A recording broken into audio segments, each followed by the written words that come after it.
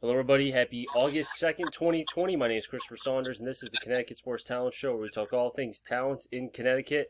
And on today's show, we have a Guilford football junior who plays cornerback. His name, Erick Dolmus. Erick, it's great to have you on, man. Thank you. I appreciate it. Yeah, no problem. I mean, hey, I've had your quarterback, McDermott. I've had your head coach, and now I've had yourself. I really can kind of see that there's something special brewing amongst the Guilford football program. Yeah, there's definitely. So why don't you go into that a little bit about kind of what's brewing? Because, McDermott told me a little bit. Salvati is very high on each and every one of you. But how do you see the Guilford program amongst your eyes? Well, I think it's going to be better than the last few years just because we put in a lot of work and we have a really good quarterback this year. And, and we're actually passing this year, unlike other years where we ran the ball. And our receivers are just as well as our quarterback. And we've all kind of have that chemistry when we play that, like we can go deep or we can go short. It doesn't matter because we're going to score anyway. And with the team kind of being a little bit more amongst the senior-lated side, how do you fit in? Because you're one of the youngest players. You started as a sophomore, so you're kind of the baby amongst the group. How are you meshing with the older guys? Well, just because, on how I play, I don't play like I'm a baby. I play like I can play with them and anyone else who goes against me. And that's what just kind of gives me that edge. And let's talk about that, because I really, when I talk to players who play varsity, either their freshman or sophomore year, sometimes they tell me that there was a lot of ups and downs in their freshman year or sophomore year, depending on when they started. For you, was there anything last year that kind of took you a while to get used to the varsity level? Well, the thing is, freshman year was my first year ever playing football. Really? So, yeah. Okay. Because I didn't live in, Connecticut. I lived in New York City, and we don't really have football like that. So, that was my first year, and then I wasn't, there skill-wise because, I didn't really know anything, but I always had the athleticism to play. And then that off-season, I had just worked on, all my, skill position things, and then that's when I started. And it was just, at first it was kind of, hard because I didn't know what position I was going to play until I, started playing corner in our summer camps. And then that's just where I fit. And then I just, I kind of had a connection with corner, and it was, easy.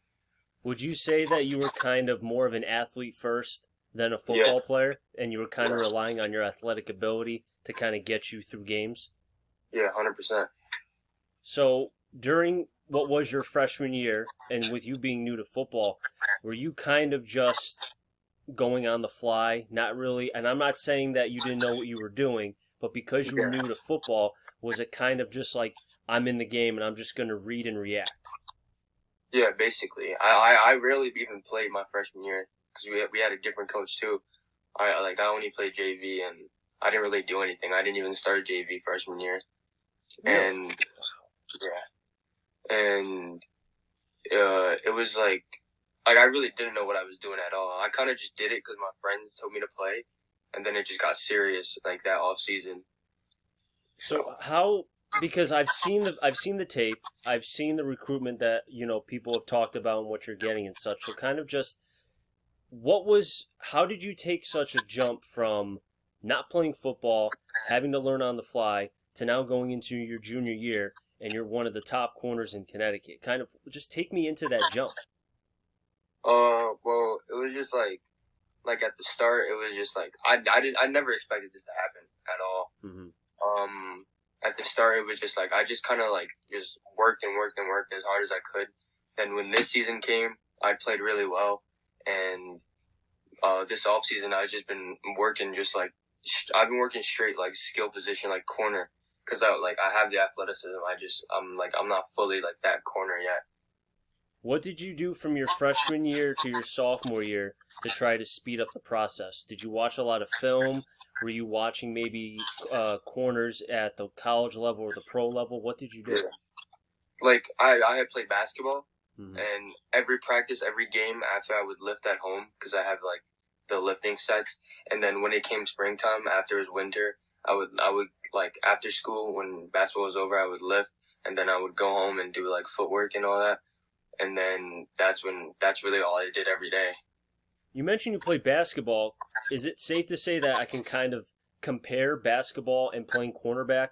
Because in basketball, obviously, you're having to backpedal, go back on defense, having to track the ball, kind of watch, and all that athletic ability and all that.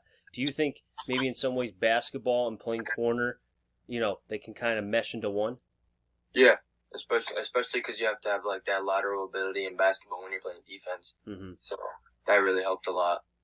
Now, looking at yourself going into your junior year, watching film, it seems like you're a very physical corner. It seems like you're not like some of the corners going back 10 to 15 years where you give a guy about 5 or 6 feet of space before you touch him first. It seems like as soon as he goes, you're on him. Yeah. Well, I do that a lot because I know if I mess up on a jam or something, I have a lot of speed and I can just get right back on them easily. So that's why I play like that. Are you more going for the player first, or are you a ball first guy? Well, like in Connecticut, we don't really throw as much, but when we do, I kind of focus on the player because I rather like not go for a pick and save a TD than go for a pick and they get a TD. So I usually go for the player first, and that's why I had like only 3 interceptions this year. Do you get worried that, because I know, especially because with everything being such, offensively with the high power and the touchdowns and the yards and all that, people want to see interceptions. But it sounds like for you, interceptions are not a part of your game, and it's not something you want to focus on. Is that something that you're going to continue? I mean, obviously this year because I've worked on my ball skills, like I'm gonna get more. But this year, like I just wanted to like play it safe, like not allow them. Like this year, only one person scored on me, and that was the East Haven game, and that just really that made it easier for the whole season. I would think that you would rather have that as something to stick through rather than trying to get interceptions, because in my opinion, if a guy can prevent touchdowns, I almost feel like that's a lot more valuable than trying to go after interceptions, because if you're going after interceptions, you're going to let a couple go, and that could be an 80-yard touchdown, that could be an 80-yard reception, so on and so forth. So is that something that you're going to try to keep, or are you going to try to go after more interceptions? Well, I'm going to try to balance it out because this year my goal is to have 7 interceptions instead of 3 or 4, but at the end of the day, I'm just going to lock up whoever I'm guarding. So you talk about locking a player up. Do you go into every game thinking, okay, I'm going to lock this guy up. He's not going to get any yards. He's going to be on what I'm sure people like to call Dolmus Island.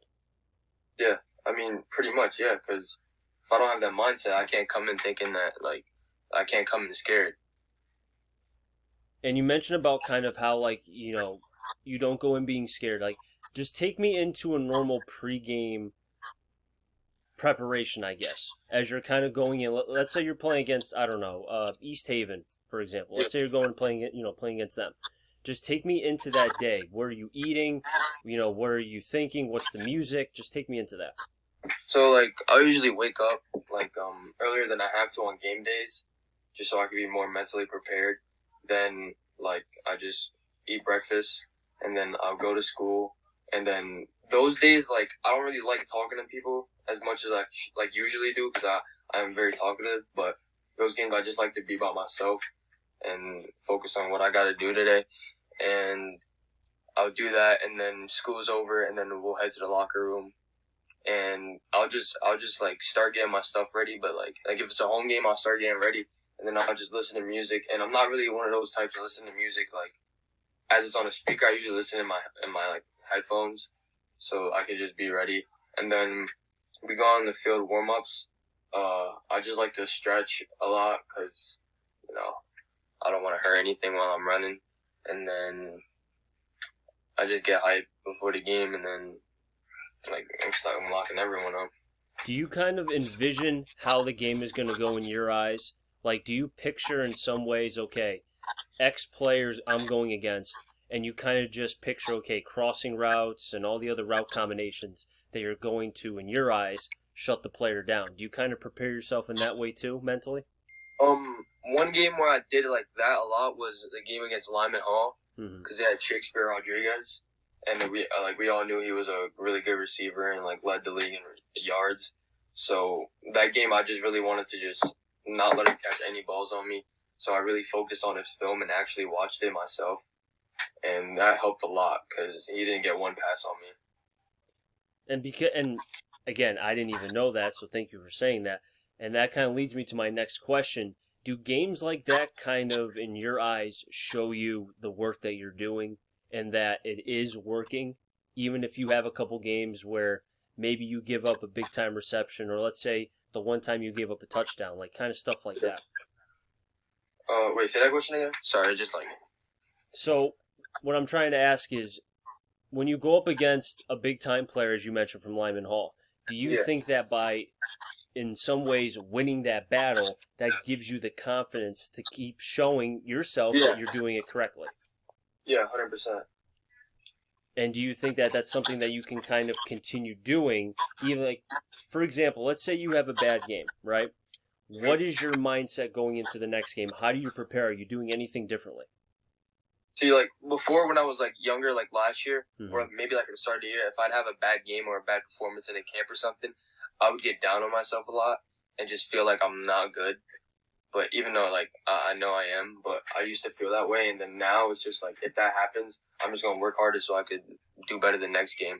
And that's, like, the best thing that's happened to me throughout this whole year, that my mindset has changed in that way. Because usually when I have a bad game, it gets to me a lot, and like my whole team knows that. Has the COVID situation in your eyes kind of maybe helped you mentally more than if COVID didn't happen, because it's kind of showed you in some ways football can be taken away as quickly as it's given to you, and it also kind of shows you the work ethic, because you may be preparing more than other athletes are because of just your willingness to want to do more. Well, yeah, I did a lot. Like, one thing that it did bad on me was like weight room wise, but I'm getting back to it now because there was really nowhere to like lift anymore. But when it first started, every day I would go to the field and I would do wide receiver drills and corner drills. Well, like I would split days with it because this year I have to play both ways, and that showed me a lot. Like it's working. And then when we started 7-on-7ing other teams like Brantford, Morgan, I don't remember who else we faced. I would just like do better than like I usually did, especially our receiver. Erick, it's great to have you on. It's being able to have all the Guilford products, and both you and McDermott, the quarterback, and Coach Salvati, the head coach.